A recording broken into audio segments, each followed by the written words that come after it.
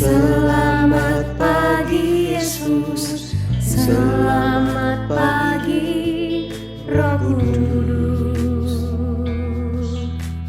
Terima kasih atas anugerah-Mu.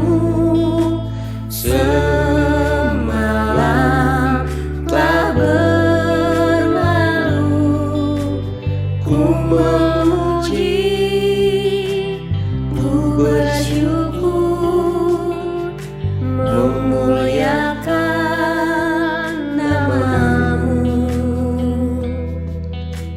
Allah Bapa, Putra Roh Kudus, terima kasih.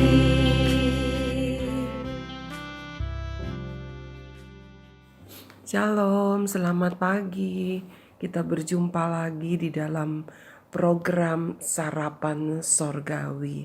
Mari anak-anakku, seluruh keluarga besar SKBB, para kerabat dan sahabatku, dan siapa saja yang sudah menantikan sarapan sorgawi, kita berdoa dulu. Bapa dalam surga, terima kasih untuk pagi ini. Terima kasih untuk setiap kesempatan yang Tuhan berikan kepada kami untuk menikmati firman-Mu.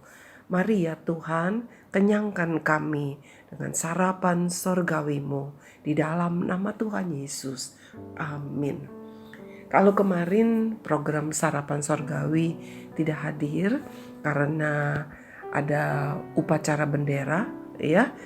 Setiap Senin pertama ada upacara bendera, dan di dalam upacara bendera pembina upacara juga menyampaikan nasihat firman Tuhan.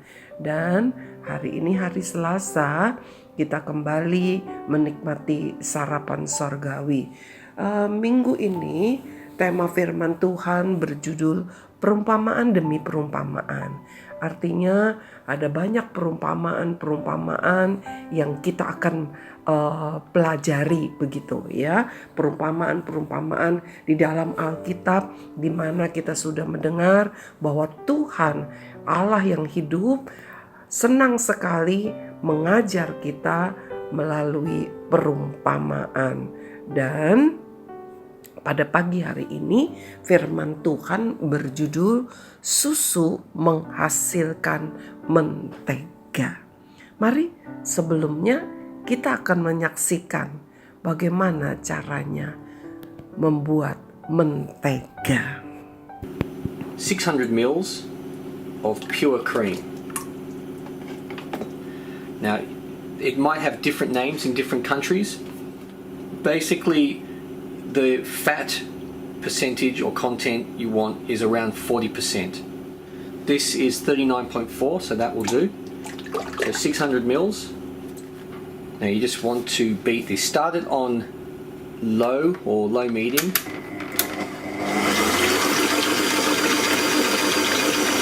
Just until it thickens after about 20 or 30 seconds. Then we turn it up to high for 3 minutes.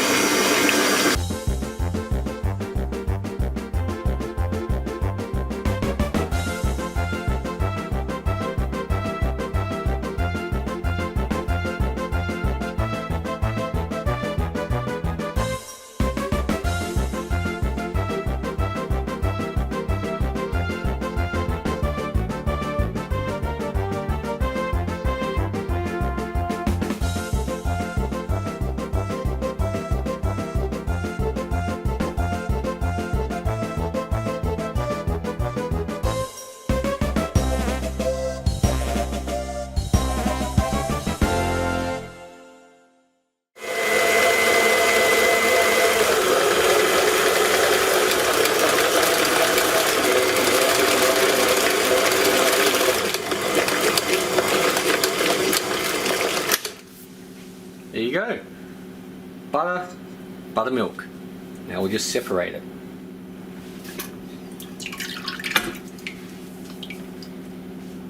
There, see? Butter. Now there's the butter. Now what we want to do, make sure your hands are clean. Squash it together and Also squash it down, give it a little squeeze just to get the rest of the buttermilk out. Now look at that. Beautiful, beautiful butter. Now just find something to put the butter in and just squash it in, mold it to it. Even with clean hands, if you're not comfortable doing that, just wear gloves. There you have simple homemade butter, really yummy. You just pop this in the fridge, cover it, have it within 2 weeks. Usually butter doesn't last that long anyway. Yum.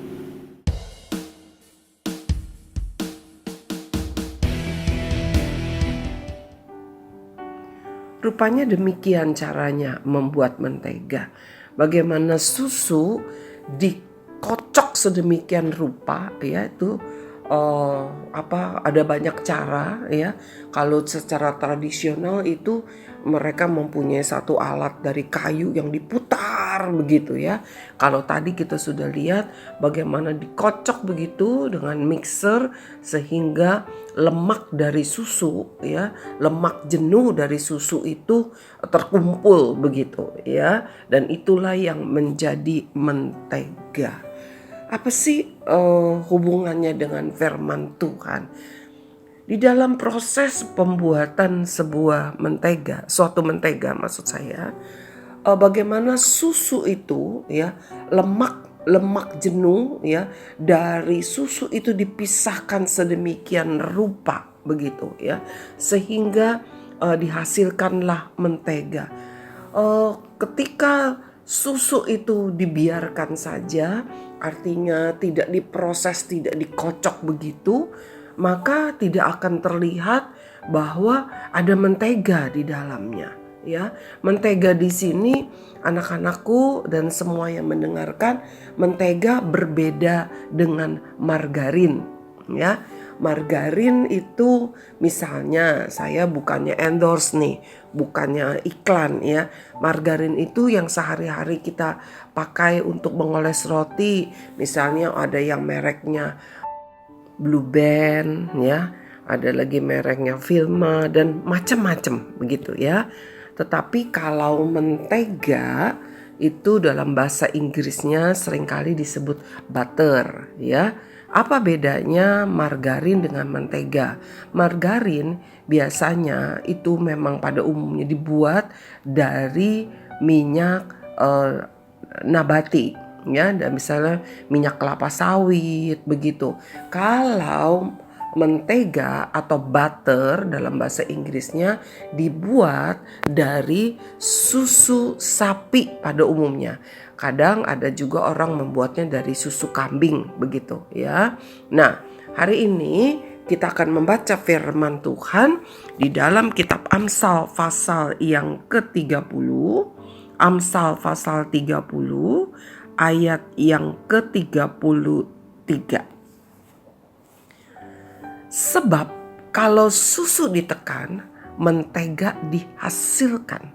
Dan kalau hidung ditekan, darah keluar. Dan kalau kemarahan ditekan, pertengkaran timbul.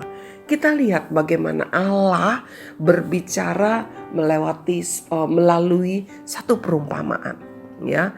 Membuat mentega rupanya sudah dilakukan dari sejak zaman dulu sekali, ya.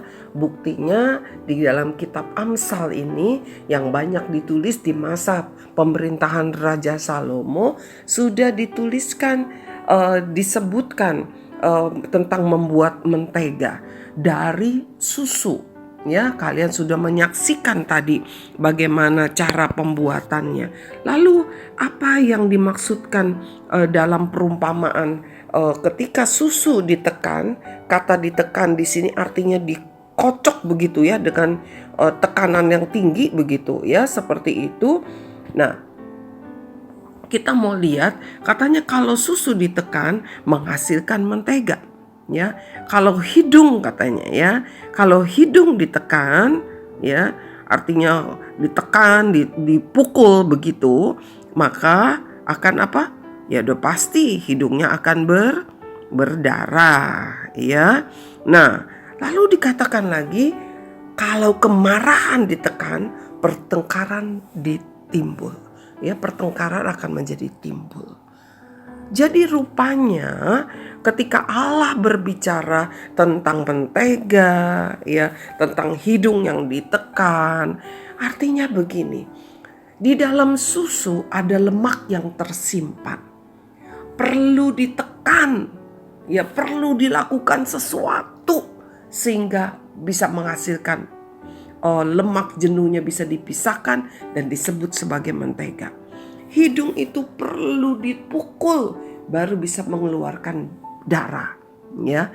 Nah, sekarang artinya ada sesuatu yang timbul, ada sesuatu yang bisa terjadi jika, ya, ada tekanan tertentu.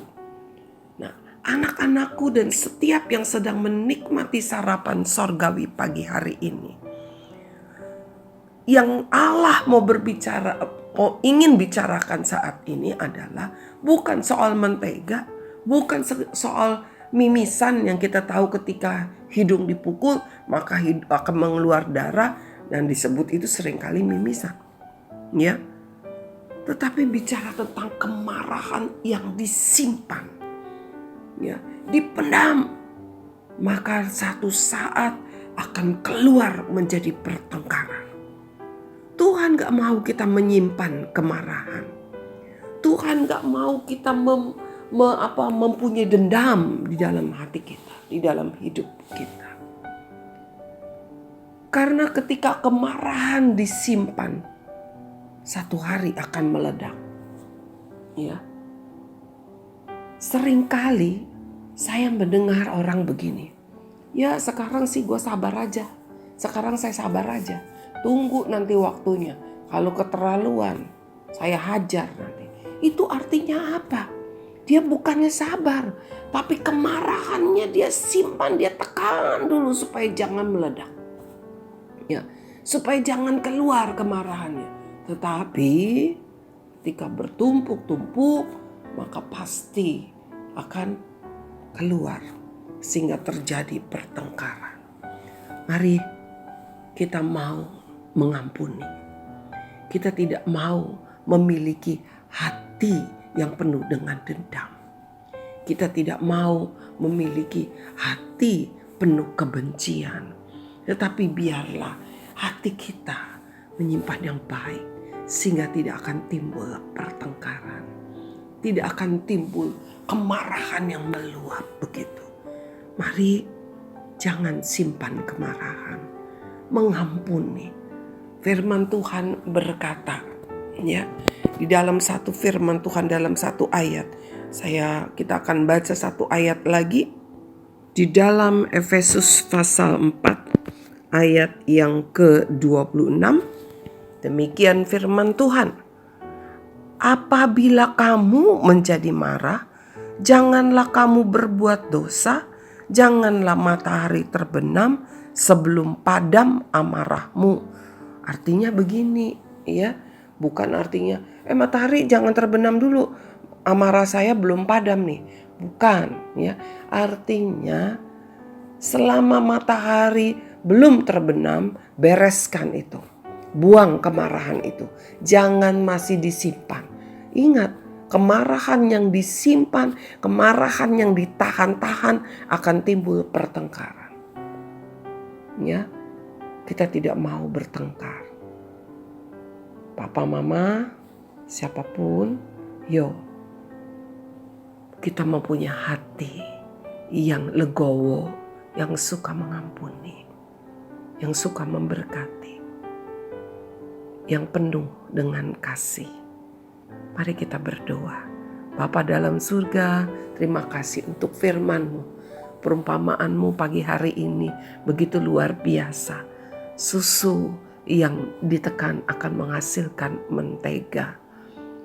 Tetapi Tuhan, apabila kemarahan dipendam, tidak menghasilkan yang baik, justru menghasilkan pertengkaran. Kami tidak mau menyimpan kemarahan. Mari Roh Kudus mampukan kami untuk memiliki hati yang lapang, memiliki hati yang penuh dengan kasih, memiliki hati yang tidak mendendam kesalahan orang lain. Mampukan kami untuk dapat lebih mengampuni. Terima kasih ya Bapa, di dalam nama Tuhan Yesus kami berdoa, kami mengucap syukur. Amin. Anak-anakku, mari kita penuhi hati kita dengan sukacita. Karena Tuhan mengasihi kita dan kita memiliki kasih untuk mengasihi siapapun di dalam hidup ini. Tuhan Yesus memberkati. Sampai bertemu di hari Kamis.